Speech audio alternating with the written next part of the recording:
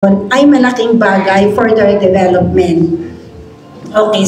Our activities teach us how to become a good person or a preparation to become a better person.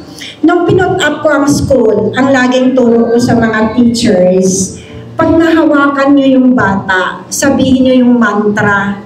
Ano yung mantra nila? Ano ang magagawa ko para ang batang ito ay lumaki na maging mabuting tao? Kasi kahit gaano ka katalino, kung hindi ka naman mabuting tao, hindi ko lang alam kung saan tayo pupulutin. So kasi tao tayo eh. So dapat tayo maging mabuti. So yan ang mantra ko lagi. Every year, I always remind the teachers, the moment you touch the child, ano ang magagawa ko para mabuti kang tao? So si teacher nagiging creative siya sa mga dapat niyang gawin, parang batang ito ay lumaki ng isang mabuting tao. Tama po ba yun, mga magulang? Interactive yung ating speech ngayon. So, believe kayo doon, naniniwala kayo doon. Okay. So, dahil naniniwala kayo doon, yung mantra na yun, pwede bang gamitin nyo din sa inyong mga anak sa bahay? Naku, anak, anong gagawin ko parang maging mabuti kang tao? Okay. So, lahat ng experiences natin, it helped us to become a better person. Yung interaction ninyo with your classmates, yung pakikisalamuhan ninyo ay magtuturo sa inyo na maging mabuti kayong tao, mga graduates natin. So, every time you join your activity, always develop you to become patient. Ano pa yung kapag nakikipaglaro kayo sa inyong mga kaklase, ano yung mga iniisip ninyo? Anybody sa mga graduates natin? Kasi nakita ko doon sa mga videos ninyo, may mga laro kayong ginawa. Diba? Natututo kayo ng, ay hindi ako kailangang manakit. Diba? Parang makuha ko na yung bola, kailangang suntukin ko ang aking kaklase. Tama ba yun? Okay. Kaya kung napapansin ninyo, may mga lagi akong sinabi-sabi sa mga teachers, always remind your student not huwag bawal manakit. No kicking. No boxing. So every time lagi ko yan sinasabi kasi kung napapansin natin ngayon, yung mga bata ngayon, nag-uusap nga kami ni Ma'am Isabel, iba na yung after pandemic, naging iba yung behavior ng bata, no? Kahit saan tingnan mo, parang masyado na siya lang violente, no? Kahit na binivideo pa nila, kung nakita ninyo yung ano ngayon, yung trending, na yung high school student na sinaktan nila yung klase, pinagtulungan nila. So, yun ay, kung nangyayari man yan noon, pero hindi kasing violente ngayon. Kaya mga magulang, please, itutukan natin yung mga anak natin. Always remind them na huwag manakit. Huwag manakit. Okay. Next is,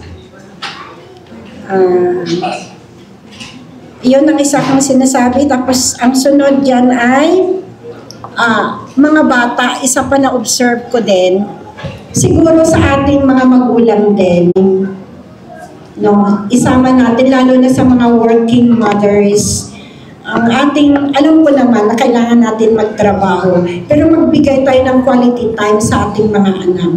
So, titingnan natin kung ano yung mga bagay-bagay na magawa natin. Hindi lamang bigyan sila ng gadgets, kasi yan ang okay ngayon. Pag walang cellphone si baby, para siyang left behind, kasi no one is left behind.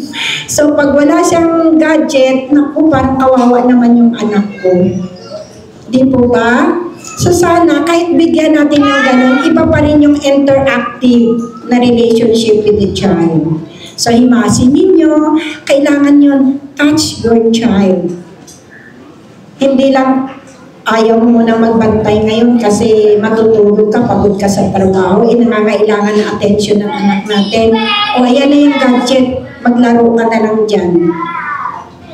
Okay. So tingnan natin every day kasi wala namang, sabi nga ng nanay ko wala naman nag-utos sa'yo ng mga maganak ka Diba? Tapos ngayon pag may problema, idadamay mo ako. So yun siya. Wala naman nagsabi sa atin na mag-anak tayo pagkatapos napagod tayo, ibigyan mo na lang ng gadget. Okay. Okay, so ano pa tong mga reminders ko dito? Okay. So, nakita namin after pandemic din, there are a lot of changes sa behavior ng ating mga anak. Na-notice niyo ba yung mga nanay? Yun siguro ang naka-notice na yun yung mga nanay o mga lola na kagaya namin. Na grabe ang changes after the pandemic sa mga behavior ng ating mga anak.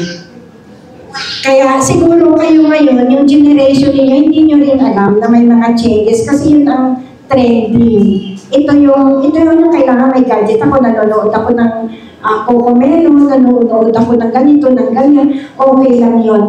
Pero kami nakikita namin yun na iba ang patutunguhan. Iba ang patutunguhan. Kaya siguro, mas mag-focus tayo sa interaction, kahit sa laro. Yung mga bata ngayon naglalaro sila, lalo na yung online, natutuwa din ako sa mga teachers kasi they tried very hard to make yung dati na ginagawa namin pag foundation day, may takbuhan, gano'n. Sila ginagawa din nila, pero anong nangyayari? Yung bata mag-isa lang siya, kasi sa computer lang sila naglalaro. Ngayon ang ginawa nila may mga ML na sila. Then nawawala na yung physical interaction with other children. Kaya parang hindi na nila alam yung nakakasakit sila ng kapwa, akala nila okay lang yon. So, yun ang isa. Okay. For that, siguro madami na akong sermon. Siguro sabi ng mga nanay, ito naman si Teacher Nancy, nagsimula na naman. Orientation, sermon. Ending of class, sermon pa rin. Hindi, nire-remind ko lang kayo kasi mahal ko kayo. Ako naging magulang din ako Hanggang ngayon, magulang pa rin ninyo ako, ng mga anak ninyo. Okay, congratulations Incidians. Congratulations to the proud parents. Thank you, my dear teachers and administrators. Thank you, Ma'am Isabel. And see you all next year.